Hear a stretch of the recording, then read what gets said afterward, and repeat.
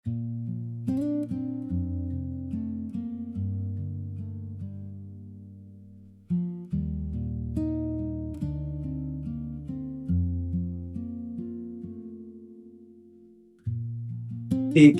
अदेखे जगहों से, ज्ञात अज्ञात बातों से सूक्ष्म बातों से भी कविता अपना रिश्ता जोड़ लेती है। तो संवेदना एक बहुत बड़ा वो तत्व है जो कविता से हमको सीखने को मिलता है। तो इस बार ये पोएटिक्स की 15वीं कड़ी है और ये पोएटिक्स कविता पाठ पर केंद्रित। छोटी छोटी कविताएं एक पेज भर में, लेकिन मूड सब क्या है, ऐसा नहीं कि प्रेम वाली है।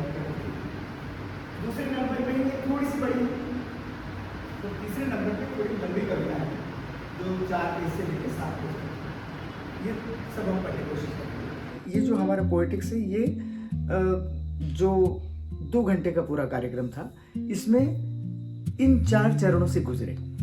छोटी छोटी कविताएं पढ़ी बदल बदल बदल बदल के, फिर एक पेज की पढ़ी बदल बदल बदल के, फिर 2 से 3 पेज की, फिर लंबी कविताएं जैसे 5, 6, 7 पेज की कविताएं भी थी, जैसे मैंने बताया कुकुर मुत्ता, जीवन को जीवन देती आवाज़। तो ऐसी बड़ी कविताएं थी। और ये हमने कहा था कि हर कविता के बाद डिस्कशन नहीं करेंगे, अभी हमारा ज़्यादा से ज़्यादा ध्यान है पढ़ने पर। तो ये जो आयोजन है पोएटिक्स 15 का, ये reading zone, reading space, reading time है ना। तो लेकिन हमने 4-5 कविताएं एक चरण होने के बाद में थोड़ी थोड़ी बातचीत की, और लगभग जितने भी आए थे सबको हमने बोलने का, अपने विचार व्यक्त करने का मौका दिया।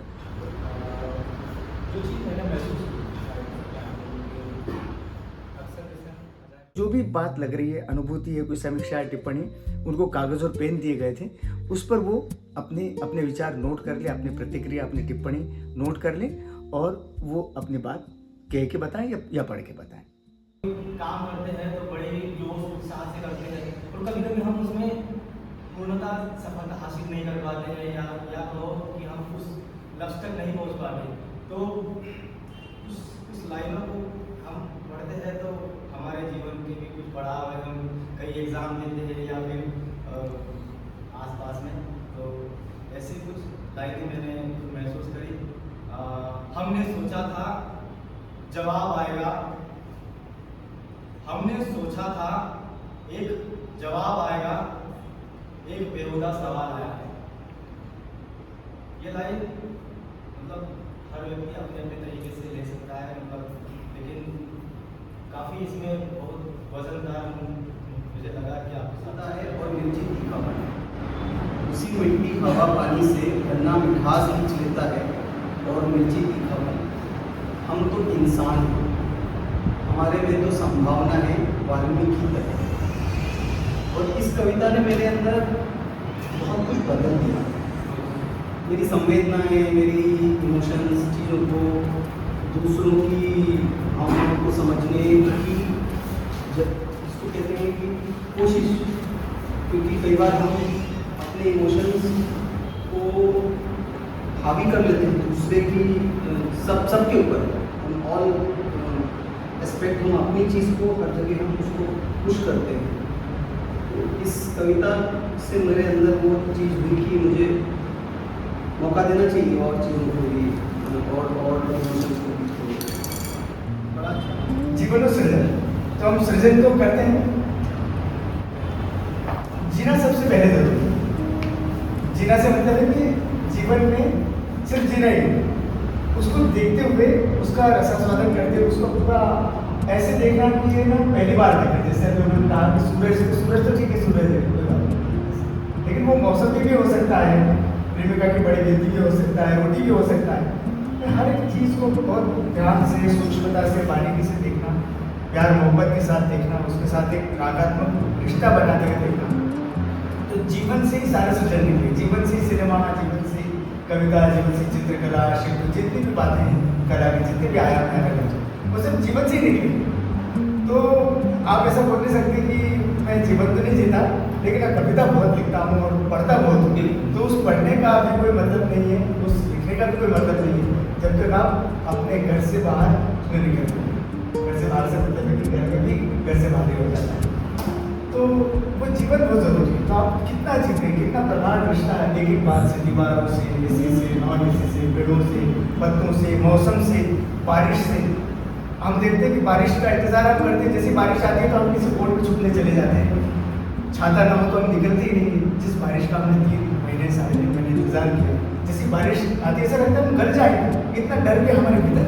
तो उस बारिश को भी महसूस करना, ठंड को महसूस करना, हर एक बात को महसूस करना, तो इसी से सारी कलाएं इसी से निकली।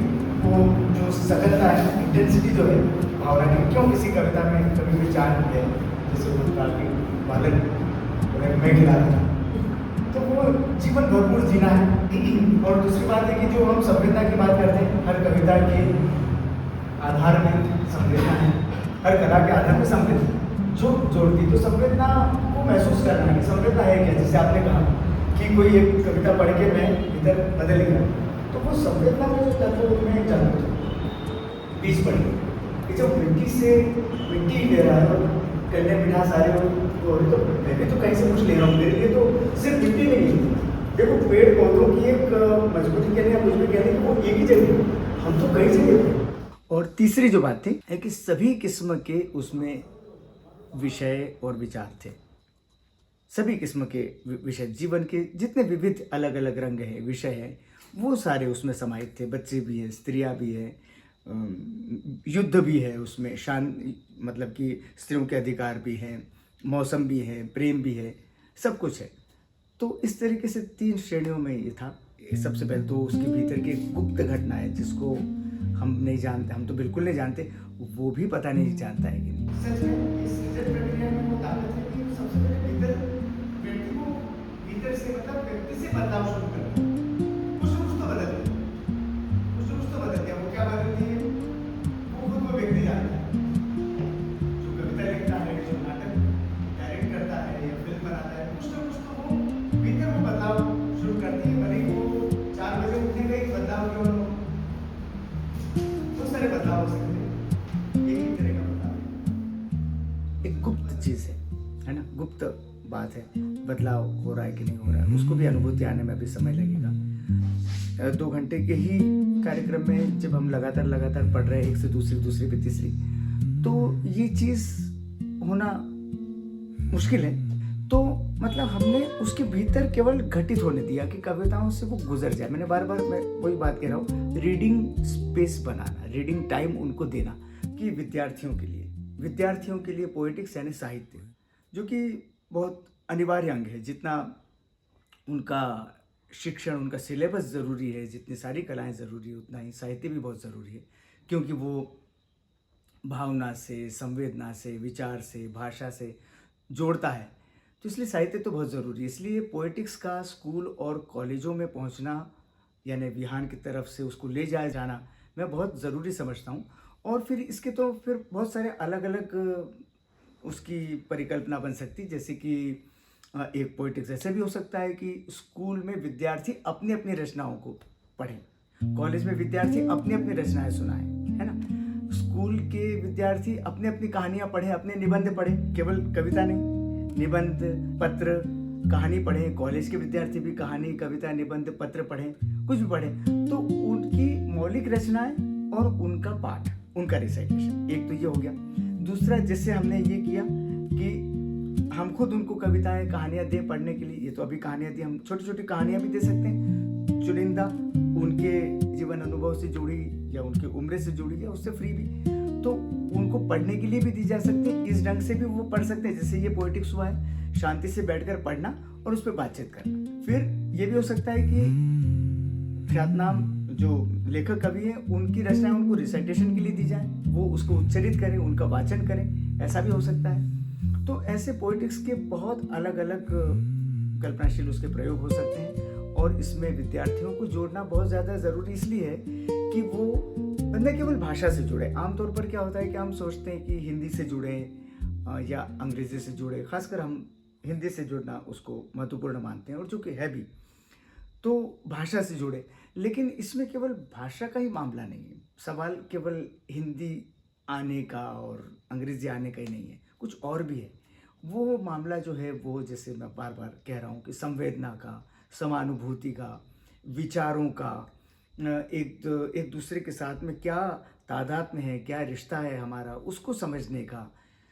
और भाषा के प्रयोग तो हैं ही, कल्पना का और वही विरेचन का, कैथारसिस का, मर्म को झकझोरने का। तो ये सारे जितने प्रभाव, और असल बात एक और जो बात रह गई, जैसे मैंने नैतिकता वाली बात की थी, यानी मूल्य की, नैतिक मूल्य, जीवन मूल्य। तो हमारे जो जीवन मूल्य, जैसे मैंने विचार में कही थी कि पूरे विश्व में सारे लेखक, कवि, कलाकार विश्व शांति की बात कहेंगे, पर्यावरण को बचाने की बात कहेंगे, बच्चों को अच्छा भविष्य मिले, सुखद खुशहाल वर्तमान मिले, भविष्य मिले, इसकी बात कहेंगे। स्त्रियों को अधिकार मिले, उन्हें अच्छा सुरक्षित माहौल मिले, और वो सारा उन्होंने जो सोचा है वो सारे काम कर पाएँ, निर्भय होकर, स्वतंत्र होकर, ये सारी बात करेंगे।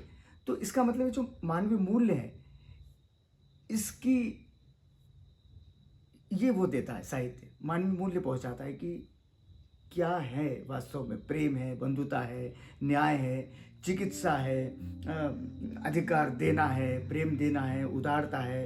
तो ये सारे जीवन मूल्य, मानव मूल्य साहित्य बहुत डायरेक्ट देता है, सीधे सीधे देता है। तो इसकी समझ विद्यार्थियों को होना चाहिए। इसलिए पोएटिक्स स्कूल कॉलेजों में पहुंचना ही चाहिए, और समाज में भी पहुंचना चाहिए, अलग अलग वर्गों तक भी पहुंचना चाहिए। चिकित्सा में पहुंचे, मतलब डॉक्टरी पेशे में पहुंचे, वकील हैं उनके बीच में पहुंचे। ऐसे भले ही अभी थोड़ा मुश्किल है, लेकिन फिर भी हम सोच तो सकते हैं कि सब तक साहित्य पहुंचे, और उसमें यदि उनकी भागीदारी शामिल होती है तो इससे बेहतर बात क्या, क्योंकि उनको रचनात्मक एनर्जी आ जाती है, और मुझे अपनी बात कहनी है, तो वो व्यक्ति एकदम उत्साह से भाग लेता है। तो शुरुआत तो मुझे लगता है वहीं से की जानी चाहिए कि आप अपनी कोई बात सुना, फिर धीरे धीरे अब इनकी भी कुछ बात सुनो। तो ये जो पोएटिक्स था, ये केवल पढ़ने का उनको अवसर देना है, एक मौका देना है, और निश्चित रूप से हलचल तो बीच में होती है।